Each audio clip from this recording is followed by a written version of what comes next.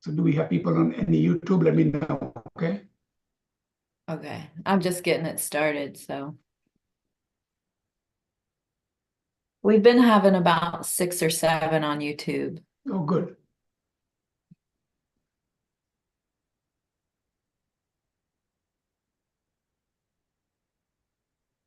So the question, who asked that question? I don't know if I need to know the name or not, but Oh yeah, it was someone somebody. on Zoom. His or her name is signed in as Fab, F-A-B. Oh, FAB. Okay.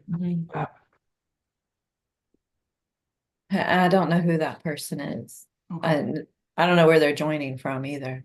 Yeah, I'll just generally answer the question the best way I can. Yeah.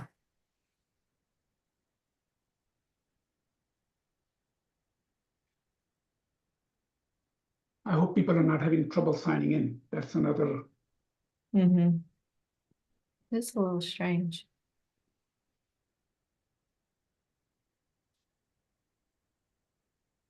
Because that's very unusual. Usually rainy and Mm-hmm. people join in right away.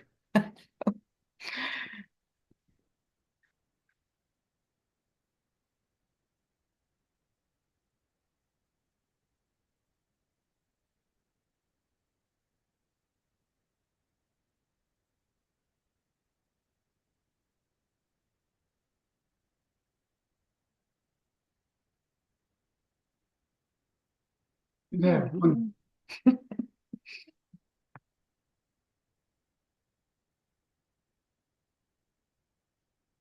Hmm. Oh, nice. Joining.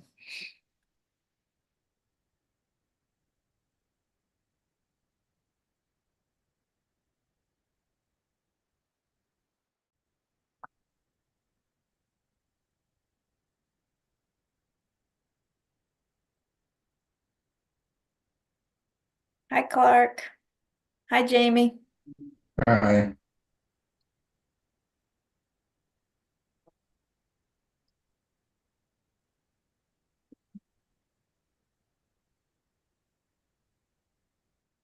Here comes everybody. Hi, Patty. Hi, Rainey. Hi, Dawn. It's good to see everyone. How are you? Hello, Rainey. Hello, Don. Hey there. Hi, Heyman. Hello, hello, hello. Hello, Eamon. Hello, Linda. Hello, hello. Oh, we're gonna turn on the video. There you are. Hi, Dawn. Sorry about that. Sorry about that. Okay. Oh, We'll wait 2 minutes and then we can yeah. get going. Folks are on YouTube as well.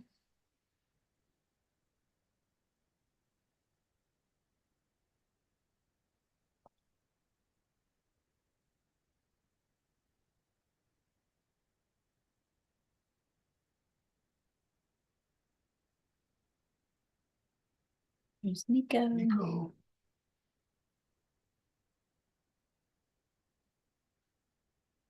Hello, Nico.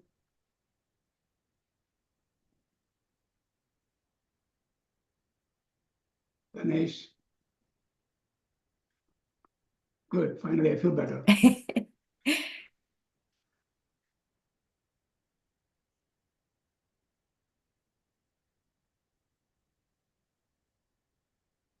Hi, Nico. Hi, Dinesh. Good evening. Good evening.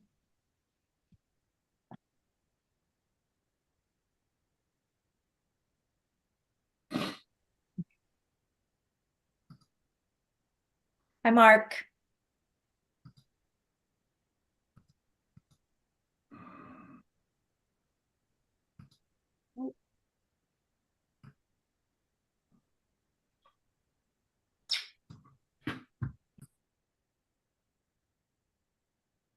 Hi, Rebecca. Oh, she's still joining.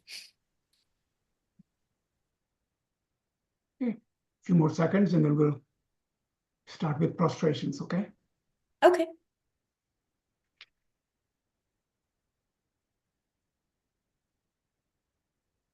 Hi, Patty. I don't know if I said hi to you. It's good to see you. Always good to She see has to you. sit in another room far away, otherwise we echo each Right. other. All right.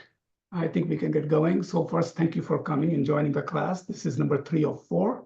And hopefully we're moving along and we'll have a good class today. So if you're seated on a chair, just do 3 prostrations mentally.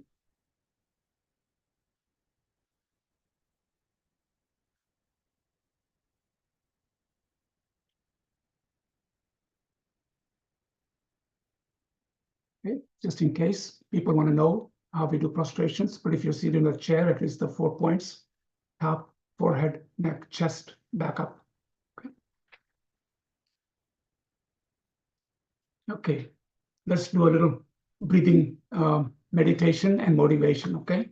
So bring yourself together and just take a moment and get in a comfortable position. And most of you, if not all of you, should at least be familiar with the 7-point meditation posture. Your back is straight. Legs either, if you're seated in a chair, the feet are flat. Otherwise, it's a Vajra posture with chest open, and your right hand is on top of your left hand, and the thumbs are touching each other like a little heart backwards. Your head is tilted a little bit forward, and your jaw and mouth are relaxed. Your tongue is touching on the thighs are slightly open, and you're gazing down either at the tip of your nose or to the floor in front of you. And all we're going to do is, this is a concentration meditation on breathing, which is natural. And all you're going to do is just relax, loosen up, scan your body, and naturally breathe, and then focus on your breath, in and out, okay? And some people like to focus on your nostrils to feel that little tingling of breathing. And some people like to focus on the stomach when it comes out and in, when you inhale and exhale. So you just focus there. And the whole point is to keep your mind on your breath. This develops memory, this develops concentration, and it also is calm abiding. Let's do that like at least for about 1 minute.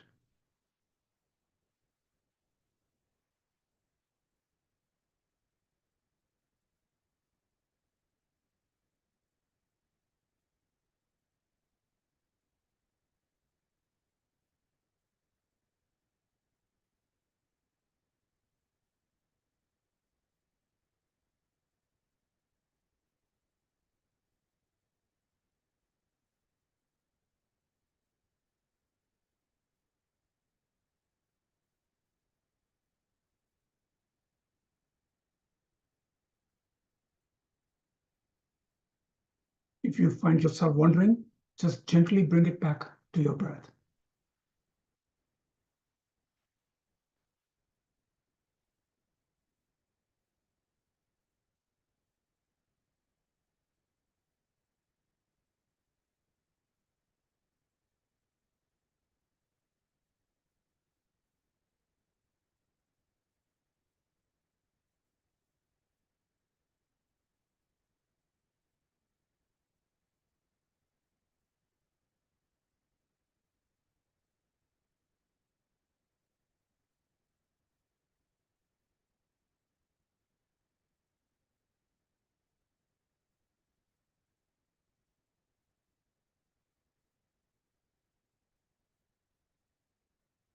All right, let's set our motivation for the class today.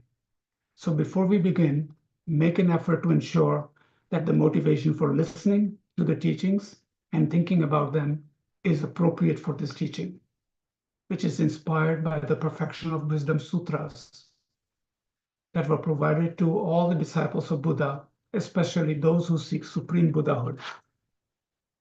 And therefore, it is appropriate to generate a Mahayana motivation, taking the objective of oneself achieving the state of supreme enlightenment so that one will be perfect cause for the welfare of all living beings.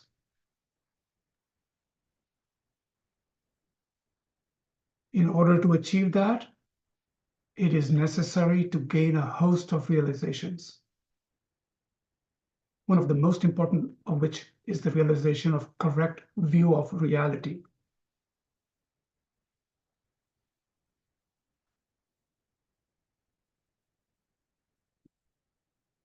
And in order to generate that, it is necessary to engage in those practices of listening, thinking, and meditating on the Perfection of Wisdom teachings.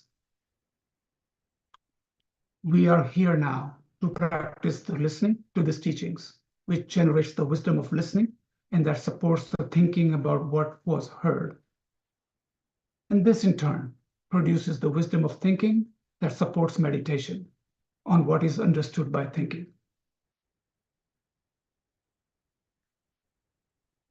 And this in turn produces the wisdom of meditation. It is through this path that we enter the Arya path, or the noble path, and ultimately achieve Buddhahood. And on the outlines that we have only completed 2 of the 4 sessions, it's not difficult to complete all 4. So this, which is an ultimate analysis to identify the emptiness of the true existence. We'll spend some time discussing the first of these, which is identifying the object's true existence, and the others follow from that. Section from Lama Tsongkhapa, the 3 principal aspects of the path, because the beginning of this session deals with dependent arising, which is called the King of Reasons. And Lama Tsongkhapa equates dependent arising with emptiness. And Nagarjuna also does this by opening words of his book, Verses on the Fundamental Wisdom. And so Lama Tsongkhapa states, one who sees the infallible, which is certain, cause and effect of all phenomena in samsara and nirvana, and destroys all false perceptions, has entered the path that pleases the Buddha. Origination. Voidness is free of assertion or declarations. As long as these 2 understandings are seen as separate, one has not yet realized the intent of the Buddha. When these 2 realizations are simultaneous and concurrent, from a mere sight of infallible dependent origination comes a certain knowledge that completely time the analysis of profound view is complete. This is from the book The Door of Liberation by Geshe Wangyal. Lama Tsongkhapa is from Tibet for his presentation on emptiness. He had a special way of presenting it. He's a founder of Gelug tradition. Gelug literally means virtuous. This tradition in hermitage called Ganden. And Ganden means joyful, in the name of the both paradise of desire realm gods and paradise where the next founding Buddha, Maitreya, resides. His tradition is popularly compared to Buddhist tradition and the fruit of Buddha's teachings from the point of view of an ordinary person. There are different ways of presenting the Buddha's teachings in order to sneak the right view in between all the hard-headed beliefs that people have. Lama Tsongkhapa makes fine distinctions between the valid part of an ordinary person's experience and the deceptive part. Even Lama Yeshe mentioned one time, he said, people clinging too strongly to their beliefs, and they can benefit from the assertion that none of their experiences have anything to do with reality.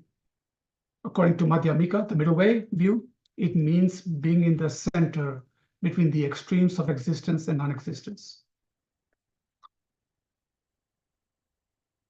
Okay, bring your mind back to class now. So plan for the today, just quick connections, just to keep things rolling and keeping some things fresh in our mind. There are some key points that if you don't assert them, lost, because there are some words used and our mind, it's very difficult for the mind to see some of these ideas that are presented here. So we'll go through quick connections. And then, I wanted to do the 4-point analysis. It's fun. I'm not going to go through, Geshe-la does this all the time. You look at your nails and look at your hand and all that. I think we get that. But maybe this way it will be more interesting to see. And it's necessary to know that while it's easy for us, we came from a seed and a seed came from, I can see that. But when it comes to us, it's very hard for us, that I and me, to go away. 4-point analysis. We'll again look at the emptiness in the 5 paths, because we need that as a precursor to looking at the Heart Sutra. That's the main part of the class today, is the Heart Sutra, Buddha. And so we want to analyze that, and we want to take a look at that a little bit. There's a small video that I will present, and then we'll do meditation. And that's the class today, okay? Now, before we start, there was a question from somebody, and then we'll address the question, and then we'll go on to the class, okay? So I hope they don't mind. I don't know who it was from. Somebody named Fab. That's what I understand.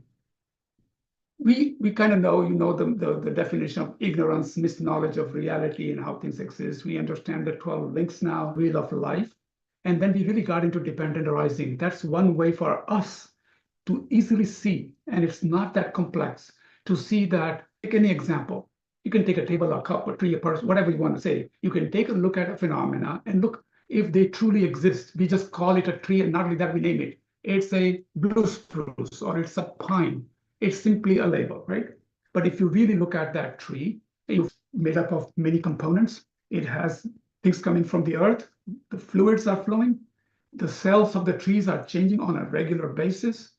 The tree came from a seed, and that seed came from another fruit. A fruit came from another tree, and goes on. You can go to partless particles, which also have causes and conditions. So as you can see, you take anything, cup, a table, a chair, a computer, anything you want, and you see that it didn't just, and other factors. And so what we are saying, other factors making it happen. Correct? It's not that complex in that way. And then we understand our aggregate, perception, compositional factors, which are mental thoughts, and our mind, consciousness. This is what constitutes us. Those are called the aggregates. Then we looked at personal identity, self, what self is. And I gave a nice little class last time on how we don't exist like we think we do. And even look at us dependent. Us are changing. Your calcium in your body, you need nutrition from outside. The nutrition comes from somewhere else. It goes on, and on every moment that you're sitting down, many cells are dying and you're changing. You're not the same person you were maybe 5 years different. Already cells are changing. And we went through some nice examples of emptiness, which we'll cover again today, a little bit here and there. And then we looked at the qualities of Buddha, because that's the ultimate goal. And I always say what you're applying for. If you want happiness and you want to be omniscient and omnipresent, then you need to know what Buddha is. So I had a nice slide about what is omniscience and what is omnipresent. And then we briefly looked at Mahayana paths, the 5 paths, which we'll repeat again today. But that was understanding so far, at least a couple of things that should be in your mind. You should know things are impermanent. Have that in your mind. Maybe they don't change immediately. Rocks and buildings may take a long time, but the process of change is always there. Okay? You've changed. You also came from a parent.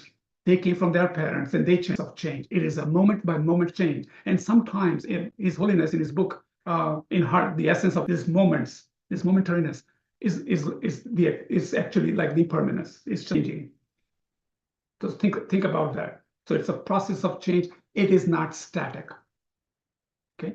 It's important to know that, because if it was static and you cannot do things and you cannot change your mind, you'll be static. So change is good in that way, because it allows us this opportunity to learn and grow. The next concept you should know, so impermanence is set, then you need to understand some things about causes and effects, karma. We looked at the Four Noble Truths, and 2 levels of things going on. We are in samsara. Karma is at work, right? We have a mistaken mind. We don't see the reality the way it is. And so with that, which is ignorance of not knowing, we have a very solid feeling of I and how things exist. We see things the way they come to your mind right now. And with this mistaken mind, we want to develop an unmistaken mind. But as soon as you put the exaggerated I into me and I, what happens then? I like this. I don't like that. I think this is beautiful. Oh, I think this is ugly. All these things start. And we keep on reinforcing and reinforcing and reinforcing this. Every moment, every time. Just think how many thoughts are in your head right now, based on some names and labels and vocabulary that you know, and perceptions that you've created and experiences you've had through them. So have that in your mind, okay? And so till we are in this, take a little control over us, okay? It's an undisciplined mind. And so even though karma is the action of body, speech, and mind, it's primarily a mental factor. Okay, so then we looked into that. We keep on saying the phenomena, including self, lack intrinsic existence. We saw that independent arising. However, because of our ignorance, we ascribe this existence to them. And so what they say is simply not knowing that. It is actively misknowing it. We're doing it even now, right? Because we see things, it appears to us, and that's what we call it, right? And so the whole idea of emptiness is getting to understand how things really exist. And what happens is, as soon as you start to meditate, contemplate, and start to really understand it, deep dive a little bit, the control of ignorance starts to diminish. and the thoughts of voidness and emptiness start to rise. So ignorance starts to lose its power. And more you do it, you're getting closer to the freedom and liberation. Okay, that's why it's very important. And at all points, you have to keep in mind, it's not a blank. Okay, things do happen, things come. What is important to know is how they exist. Okay, and we looked at a couple of examples of how we label things and we see it. Okay, and how causes and conditions play a role. We looked at the dinner. For dinner to appear, you have to get groceries. Many causes and conditions bring groceries even to the store, and your causes and conditions have the money for you to go pay for it. That goes on. When you bring the groceries in the house, the dinner is not ready. You have to cut the vegetables and cook them. Then when the plate is ready, you label it dinner. Now the dinner is ready, right? You need parts, causes and conditions. We label it, and there it is, dinner. And we looked at those birds flying from Canada to United States. Do the birds know they're from Canada and they're coming to United States? No, but we think they are because we have labeled Canada and we have labeled United States. That's a small example, correct? We looked at rainbow, for example. We see a rainbow, we call it a rainbow. There it is, beautiful, I love it, But look at the causes and conditions, refraction of light and moisture. Those themselves need other causes and conditions to exist. Everything is like that. Let that settle in a little bit. Everything is like that. And then what happens is easy to, we have a hard time saying, I am here, I walk, I eat, I work. But just think it's not how we are, is what we are trying to negate, as far as there are other factors from outside creating this production, we call it. You are not existing on your own and you are changing as we start, and we see things based on our mind at this moment because we don't see the emptiness of things. You do get a job, but think what drives it internally. It's the mind and those things, the I and the me and the attachments and all of those things. So you got to keep these couple of things in mind, how causes are arising, conventionalities of causes and conditions, labeling things, and then the deeper dive in how things truly exist. Okay, so got to keep that in mind. Any questions on this so far? And I will also remind you that class number 4, which is the next Monday, we'll go through some questions and answers. I have questions and answers that may have popped up in your mind. We can discuss that, okay? So don't think that I'm trying to rush you through anything or anything like that. But if something comes up very strongly, then we can address it. So there was a question last class from somebody. I'm assuming the name is Fab. So I think that saying that ignorance evokes anger or whatever emotion is an oversimplification. Say if it might evoke anger or sadness. I understand the causes that someone may be mentally impaired or disturbed, but knowing the cause and consequences of the situation doesn't make it better. It continues the karmic cycle and physical change by the way of intervention. It's a very valid and a very honest question. It's a wonderful question. So a couple of ways to look at it. It says, I think that they're saying that ignorance does not evoke anger. Ignorance means not knowing how things exist. And because we have a mistaken mind, we have a strong attachments to I, and that I, with a strong attachment with I, starts a cycle of many things. I don't like it, I like it, it's good, it's not good, all the things. And that leads into anger and aversion and a me concept. So that's anger. Now, can you feel bad when somebody's being tortured or somebody's being harmed? There's a couple of ways to look at it. Obviously, in karma, your intention is most important. Can you evoke any? Having compassion, virtuous emotion is desirable because virtuous actions create virtuous seed that culminate into your next rebirth. And is non-virtuous. It's a negative state of mind. So think about that for a second. We are judging a person. First, you get angry. So I don't know if that helps or not, but now you are disturbed. Number 2, you're putting your anger and thinking either in an extreme case where you want to harm that party or you wish something bad happens to that guy. So now you're disturbed. And even Geshe-la says, when you are angry and another person is angry, now you have 2 angry minds. There is no outcome to that. So anger is a negative state of mind. But if you feel bad and you develop compassion and you develop kindness and you can do something, absolutely a good thing to do because that creates virtuous action. Your intention matters. And either you can do something or have wisdom. Somebody who is having a bad situation there and a person harming him, you don't know if that person is doing because of, like you already acknowledged, an impaired mind or a disturbed mind, but that person may have many other good qualities. And then karma is playing roles, suffering falling on them. There are families with kidnapped children.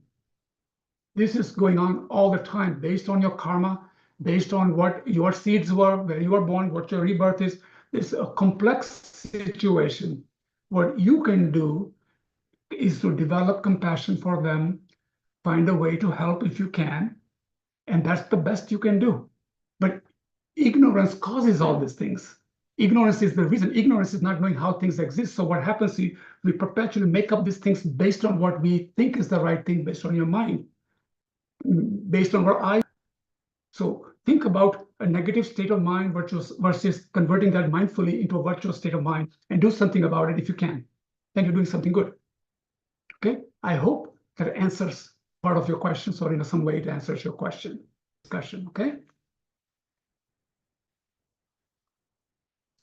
Okay. So let's go to 4-point analysis. I was going to get into the details of this, but I don't think that it's necessary. Basically, the 4-point analysis is a logical way of looking at how I exist. So first, what we need to do is our ignorance. If somebody were to insult you right now or criticize you, you feel that little jolt in your heart? Or if somebody told you, hey, Don, you just stole my book. I didn't steal it. Something happened. There's something came up there, right? Or if somebody says something horribly to you, something happens in there. So let's identify that I. We are not accepted in language. Like right now, I am speaking with you. We are discussing. We are not looking at that I. Those are labels, simply labels to communicate, and conventionalities that we've all accepted that's how we discuss things.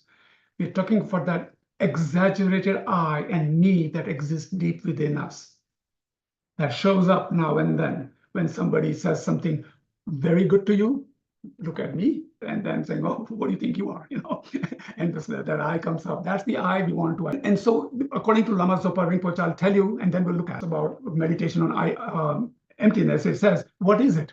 What is this I? It's a possessor of mind and body, the aggregates. So it's an imputed, and we reinforce it. It reinforces me when something happens. I like this, I want this, I don't like this, and we put it, and it's embedded so deep within us that it is there like it exists. Okay. Sometimes mind is the possession and I is the possessor. Okay. And then we think our mind then exists from its own side, many minds. So we are trying to refute, or they use the word negate, that exaggerated I. So what happens is here, let's see if I can get to the slide here. So first, refuted or negated. So we identify that I, that analysis, where we want to identify that. Then we identify the person the way ignorance believe it exists. If you can't negate that, then it's hard to get rid of ignorance. Okay, so then let's go to the next point. And the second one is determine the mode of existence of such an I. It's just a logical way of saying, if something like this exists, it must be findable. Targets, which are form, feelings, perceptions or discrimination, mental thoughts, and consciousness. Possibility of these 5 aggregates, and then the I, are the I of 5 aggregates, this whole package. And we already said, Lama Zopa Rinpoche said that simply imputed on mind and body aggregates. But here we're looking internally. So, many minds, so can be many eyes. Many thoughts, can't be that. Many perceptions, can't be that. Even form, though we feel that's the one form, but hand, feet, and all these are different forms. And we also change all the time.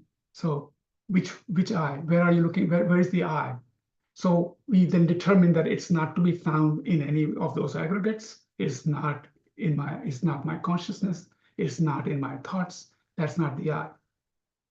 Then we look at examine the possibility of existing as one with the aggregates. Maybe it's part of the aggregates, and we find that there are 5 aggregates. We can be 5 different people. And then examining the possibility of existing different from the 5 aggregates by its own self. In the end, what it is, it's leading you logically to really look for that exaggerated meanness in you that comes up. Where is it? And you find that it's not to be found.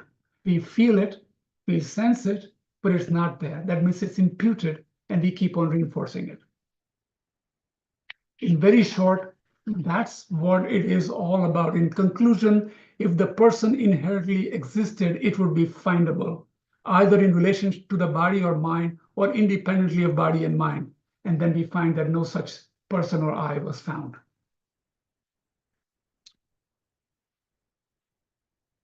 Okay, I didn't want to go through, just look at your nails and look at your fingers and look at your body, and we all get it, that it's not there. These are just names. But that's the thing. Now I have a short meditation, maybe a little bizarre, but it's about how we label things and we see it as things exist. So let's just get to a quick meditation here. Okay, just get in the position, very short one, just a little fun one. It may sound a little strange in the beginning. Just take a couple of breaths. So first, bring your mind an appearance of yourself that seems to concretely exist. Do this by thinking of yourself, such as who you are, what you want out of life, how you're going about getting it, what progress you think you're making, what problems you're facing, and how you intend to solve them. So just bring a little existing I. And then I encourage you to use the terms like me and I, and to feel your presence.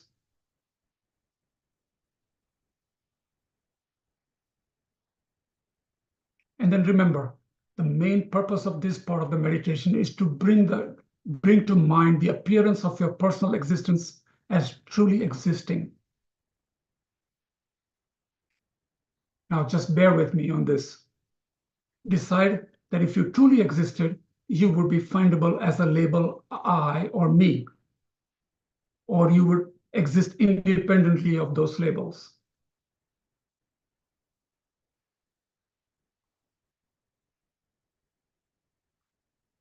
Then you come to the understanding that if you are findable as the labels I and me, you could not truly exist as you are one thing, while these are two different labels.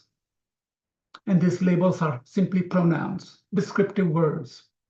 And those labels don't truly exist as they are dependent arising, created.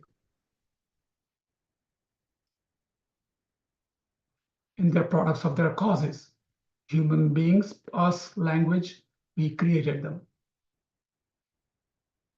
As pronouns, they're simply sounds that form part of our language. As these words are dependently arisen, they do not exist on their own right. And you don't exist independently of these labels, whether they are I, me, your family, your given names, etc. If not for these labels, you would not appear at all. Think about that for a second.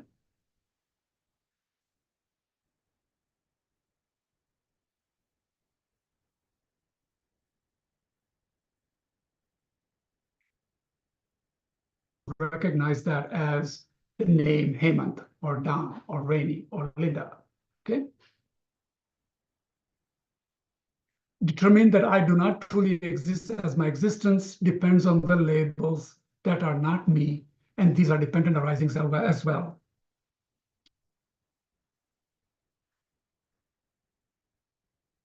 All right, bring your mind back to the class. It was just a small little example of how when we say something, we label something, boom, there's an appearance. You take that label away, you don't know what it is, all of a sudden, you don't know what to say.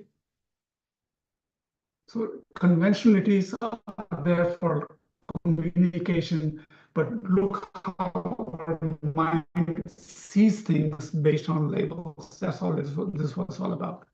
Now comes the real thing. I want to get to the main part here.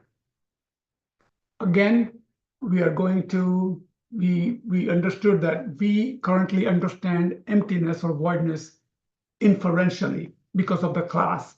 because of what we've been learning about dependent arising and how things are made because other factors are involved. Thing cannot come by itself if we are dependent on other things. So we understand that.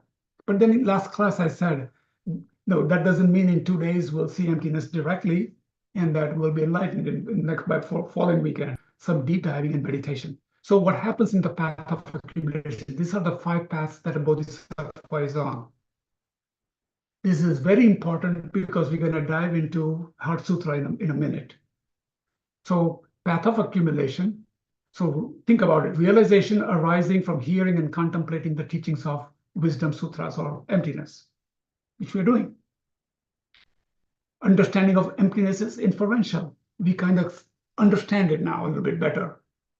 And all we are doing is we continue to accumulate merit by learning, by meditating, by bringing in positive thinking in our mind as we are going through this karmic cycle, virtual states of mind and things like that. So we are accumulating. Then what happens is you go into preparation when you are really starting to meditate on emptiness and the way things exist. And you come to what they call stabilizing meditation, where you are very stable with meditation, one-pointed meditation. At this point, you get an insight, which is called vipassana in Sanskrit. You get an insight how things are.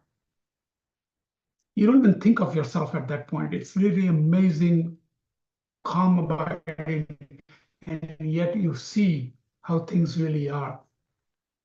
So you're beginning to see the nature of this empty nature of truly existing.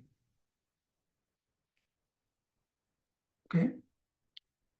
Then comes the path of seeing, where you become a noble person called Arya being, and there's a cessation of certain levels of deluded states and afflictions. Of gross levels are gone directly. Then comes the path of meditation. There are a couple of stages in there. There are still some latent tendencies and afflictions, cognitive and other afflictions that are still remaining. They get removed. And there are beautiful stages. It's a stage of joy and all this stuff that they go through. And eventually they get to the point where they're deep in meditation. They're completely cleansed all of those obscurations out of their mind. Their mind is completely expanded, and they reach point of no more learning, which is Buddhahood. Where do we get this from? From the Heart Sutra. So the first couple of ones I'll go through quickly because simply they are common and uncommon, what they call prologue. And it's just the beginning point of where it was. The time was great. The place was good. There were people who were seated around them. It gives you a support that there were people, somebody was compiling and so forth. So let's go through that. So in the Heart Sutra, it starts like this. Thus did I hear at one time that Bhagwan was dwelling on Mass Vulture's mountain in Rajgira, together with a great community of monks and a great community of bodhisattvas. So this is called the common prologue, has these 4 parts, the excellence of time, because it says, thus did I hear at one time. Okay. And then the excellence of teacher, well, that was Buddha himself. Then the excellence of place, the place called Rajgira, which is in Northeast India right now. Some of us actually visited that place. There's a beautiful mountain, it's gorgeous. And on the top, there's a square little thing where Buddha actually sat and taught this. And a lot of people from all over the different parts of the different countries come there and they do their Heart Sutras and practices. That is an amazing sight to go to see if you ever get a chance to. And excellence of audience. And it says that, in the excellence of audience, there were bhikshus and bodhisattvas sitting there, great community of monks and great community of bodhisattvas. These are ordained monks, and then bodhisattvas were seated there. So it tells you who was seated there. Okay, so let's see, oops.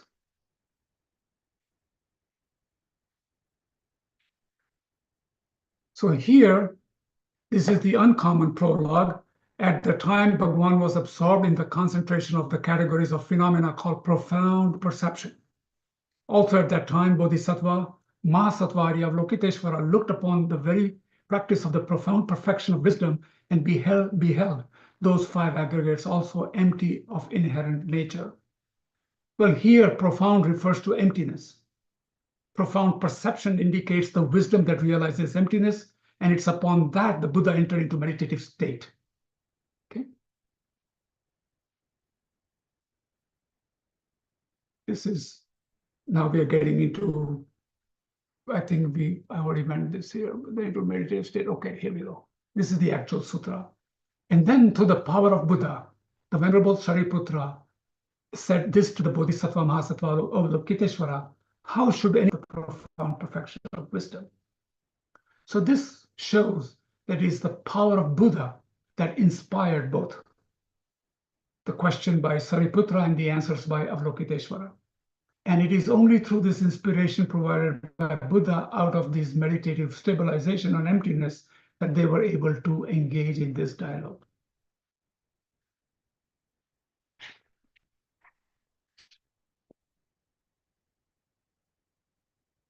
So further it says, he said that, and the Bodhisattva Mahasattva Avalokiteshvara said this to the Venerable Sariputta: Sariputra, any son of the lineage or the daughter of the lineage who wishes to practice the activity of profound perfection of wisdom should look upon it like this, correctly, repeatedly, beholding those five aggregates also as empty of inherent nature. The answer is twofold for disciples of ordinary abilities and those with higher quality abilities. So the entire sutra, the first path of accumulation and path of perfection, is for the ordinary people. And we already went through those five paths. The first one is creating merit, learning about emptiness, getting into understanding inferentially what emptiness is, develop this stable meditation, and you get an insight of this emptiness, okay? So those are the four ordinary people. And then when you go to path of seeing, now the noble ones who can directly see emptiness, and the path of meditation where you are bodhisattvas going through those last bit of stages before you become Buddha, are for the higher level thinking. So for ordinary empty, emptiness is form. Emptiness is not other than form. Form is also not other than emptiness. In the same way, feeling, discrimination, compositional factors, and consciousness are empty. Okay, we kind of discussed that already in the beginning of the class, that the first aggregate is a form which is empty of inherent existence at the time, and it needs all this sustenance and other things for it to be there. To eliminate the error of nihilism, the second statement says the emptiness is form. Here, his a little more description is important, okay? And it is because living beings do not realize this. And they believe that form inherently exists, and they generate the desire and anger and reality of true existence or lacks inherent existence. There's a possibility of falling into the wrong view of like nothing exists. Thinking this way would, of course, lead you to that nihilism, which we want to also not go there. So to eliminate this nihilism, the second statement is there, saying emptiness is form. So think about this. In other words, emptiness appears as a form, or the appearance of the form itself is emptiness. It does not exist on its own. It is the emptiness of the form. This is to show that there is a way that the form does exist. It's simply non-existence as it appears to us. The appearance of the form is a conventional reality, and the forms being empty of inherent existence is the ultimate nature of that. So there's still sometimes the possibility of someone thinking, I don't get this, so we must rule it out. These are not two different things. There is not emptiness that is out there distinctly exists on its own, okay, from the form. And no form that exists distinctly from its emptiness. Think about that. Empty of inherent existence. because of it. So I have a video that may clarify better than I can, because this is a tough one to explain to people. So there's a video. So I will stop sharing. I will go to that video, and then hopefully I'll bring on again and share it with you in a moment. So let me escape from this. 1 second.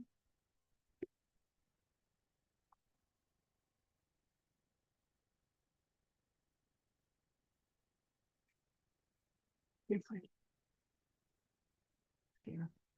Or click there, yeah.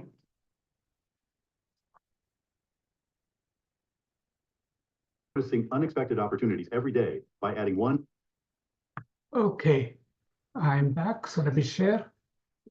Okay. Yes. It's quiet for about a moment and then it starts.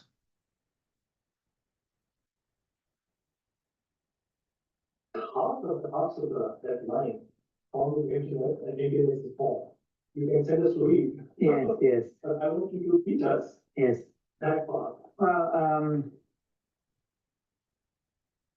I think, I mean, this is a very Heart Sutra, which also you find in other Perfection of Wisdom Sutras as well. And the way in which, it is helpful for, ordinary Buddha is to really understand, why is the Buddha in the Heart Sutra drawing such an equity relation between form and emptiness. So form is here only an example because you have form aggregates and feelings and so on. And the reason that is because it is not so much emptiness that we grasp at, but rather it's the reality in our life, whether it is the objects around us or whether it is our own that we constantly live in our day-to-day life. These are the things that we engage with in our everyday life, and these are things that either chain us to a particular strict kind of constrained way of looking at things, and then give rise to more negative emotions and so on, and perpetuate the cycle of habits and patterns and so on. And so by pointing out that form is emptiness, the Heart Sutra is, radically reminding us that the objects of everyday life that we relate to, which seem so real, so tangible, and so solid and concrete, but in fact, if you reflect deeply, the kind of concreteness and solidity that we have imposed on them is more of a construct.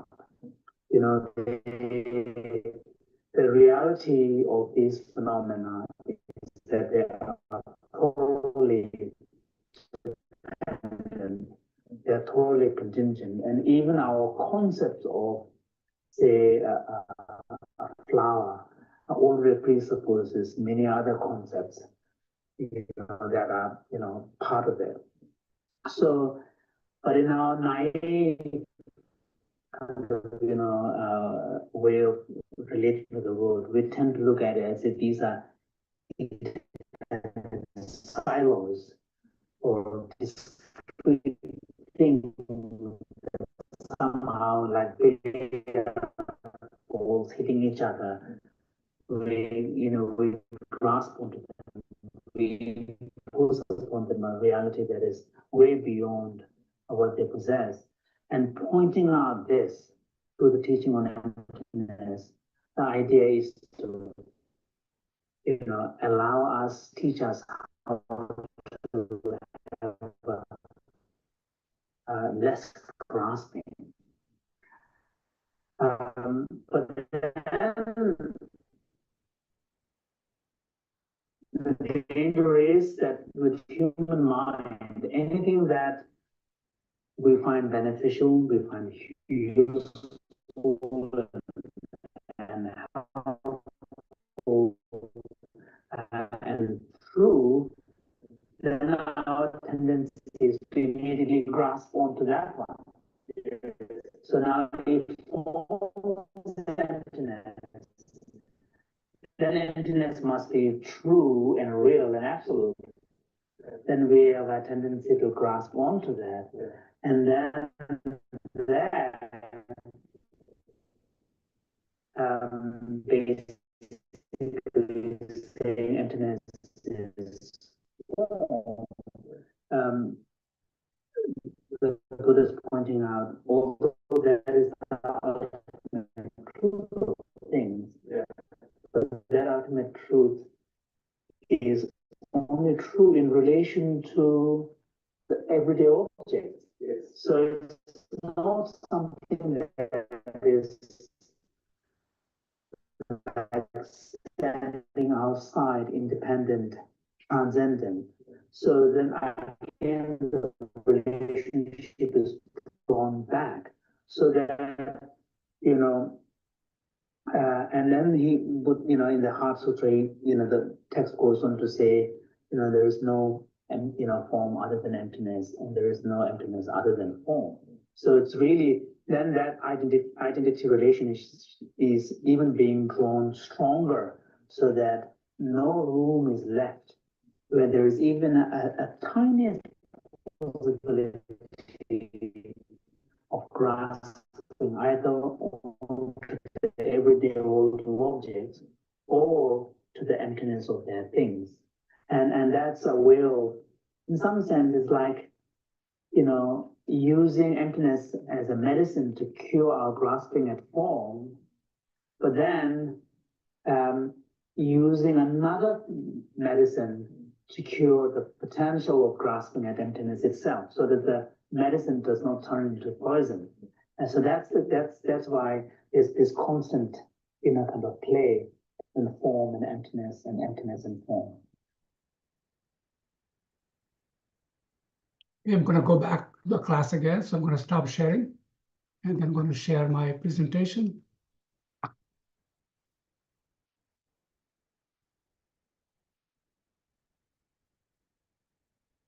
I think it is.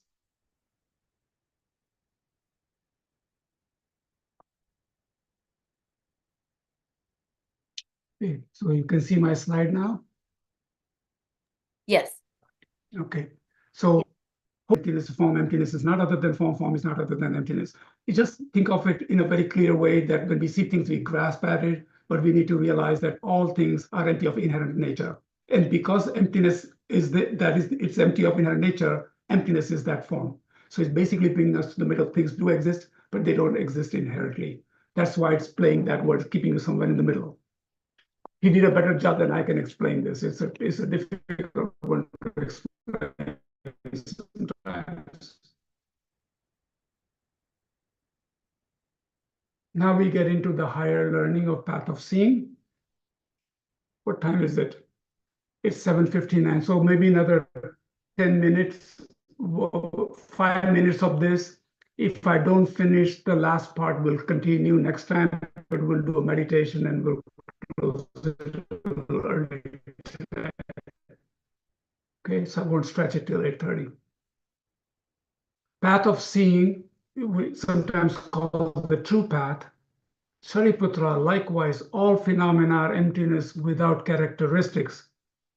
Okay, so this is an important one. Unproduced, unceased, stainless, not without stain, not deficient, not fulfilled. Okay, so now what you need to understand here is that there are 8 qualities or aspects. All phenomena are emptiness. They are no defining characteristics. They are not produced, do not cease, not defile, free of defilements, not decrease, not increase. So a lot of times when you read this, it's like, what does this even mean? You know, what does this even mean? So this refers to both the universal qualities such as impermanence and emptiness. So think of a person who's immersed, directly seeing emptiness. They don't look at characteristics. They know directly how things exist. They have a direct vision of wisdom of emptiness. They can directly see how things are. So they don't label anything as, oh, this is not good. Oh, this is so pure. Oh, this is so big. Oh, this is so small. they don't see it, they just see it as it is. And that's why it's very, very hard to explain this. The characteristics do exist on a relative level or conventionally, and we define all things and events by such characteristics, but they do not exist in an absolute sense as ultimate nature of things and events. Okay?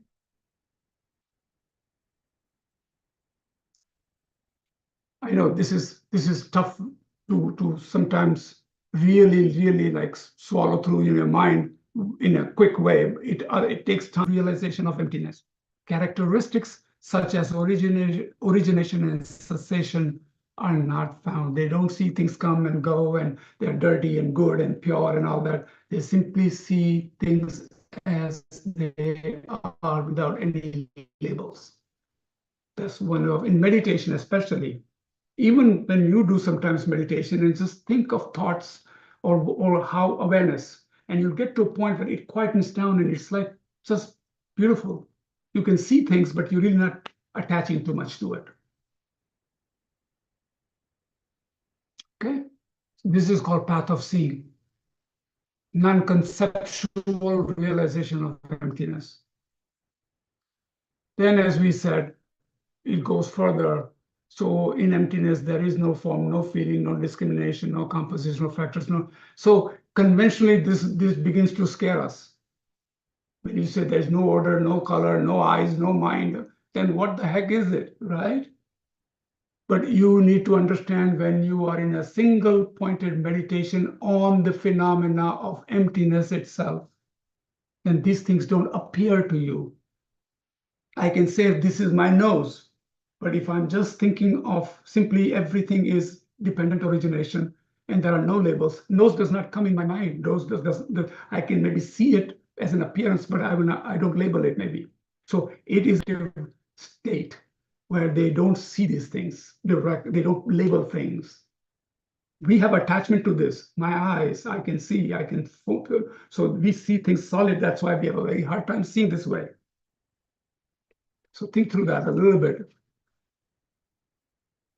And on the path of meditation, it's called because you're meditating, and you're meditating on what? On emptiness.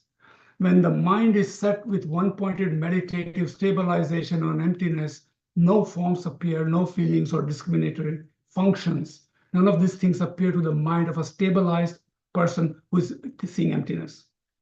And why? Because their mind is so stabilized on emptiness, they only perceive emptiness. They don't have dualistic views like we have. And then, of course, they reach the end point of Buddhahood. So this is something that requires a beautiful book. I tell you, this clarifies everything for you. It's called The Essence of the Heart Sutra by Dalai Lama, Heart of Wisdom Teachings. I read it several times just to get some points so I can translate them in a way I can present in your mind, but it's hard to express it sometimes. Okay, so let's go. And then, of course, the very important thing is ultimately the mantra. The whole Heart Sutra is broken down into Tayatha, Gate Gate, Paragate, Parasamagate, Bodhisoha. So the meaning is Taya, and the second Gate is gone a little further, Paragate is gone beyond, Parasamagate is gone completely beyond, and Bodhim is full enlightenment, Swaha, so be it. So it's basically telling you the 5 paths. And not only that, if you look at it from is the path of accumulation, second Gate is a path of perfection, Paragate, go beyond, is a path of seeing, Parasamagate is completely gone beyond, a path of meditation, and Bodhisoha, no more learning. So you can see how even in the simple mantra, the entire Heart Sutra is included. And then it was admired by the teacher. So again, completely supported. Everybody rejoiced, and they committed to it that they are going to understand it. They are going to learn more about it, and they're going to practice it. So this is why it was admired by the teacher. It's 10 minutes of meditation. Okay, so get yourself in a position. This meditation, I want to let you know, is from Venerable Rene Fuse. I was attending one of his classes through internet, and he did a meditation, and I thought it was a wonderful meditation. And so I asked his permission. I sent him an email, and he said, absolutely, if you're doing this for our class, go ahead, please. So this is why I've taken it from him, and so I want to just use it, okay? So let's get in a meditation. So get in a position suitable for meditation. Just relax. Just a little bit about Venerable Rene Fusse. He was ordained by Dalai Lama more than 30 years ago. He's a Swiss monk. His name is Venerable Rene Fusse. Has studied with some of the greatest scholars and inspiring lamas in the Tibetan diaspora. He has also performed numerous extensive retreats, including a 2.5-year seclusion focused on the graduated path of enlightenment and developing mental stability.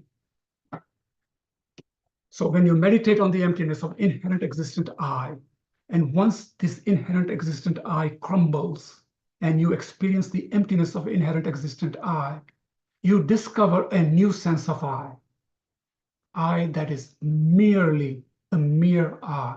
Something is there. I that is merely imputed on body and mind, but that I exists, that I can generate love, compassion, and so forth, that I can reach enlightenment, and that I exists forever. Very mere I. I, while existing, cannot be found anywhere as existing from its own side. It is there, it exists relatively. But if one is not satisfied by what that means and wants to look for something more, for it as an existing from its own side, one does not find it. Emptiness does not mean that I doesn't exist at all. Because if that would be the case, there would be no one to be able to generate love. We couldn't develop love, compassion, and so forth. There would be no one to reach enlightenment. At the beginning, when you meditate on emptiness, it seems to kind of undermine the functionality of things. If it is empty, how can it actually work? How can it function? That means one hasn't yet completely grasped what emptiness and dependent arising means. One has to continue to investigate. This is a very crucial point. We might have that experience sometimes in our investigation, but actually, if one does it correctly, as one's mind develops, when you focus on the existence of phenomena, you are left with something. Though it exists as a mere side, there is another sense. This is the I, and can reach enlightenment in a deep way. You have to be I that is left, and by wishing them well, offering, wishing, by cultivating those and arising, and that then the emotion induces more empty from its emotions than love, compassion. Or even though they make the thoughts, which induce more emotions and compassion. You is the one who develops bodhicitta, who's not find anyone.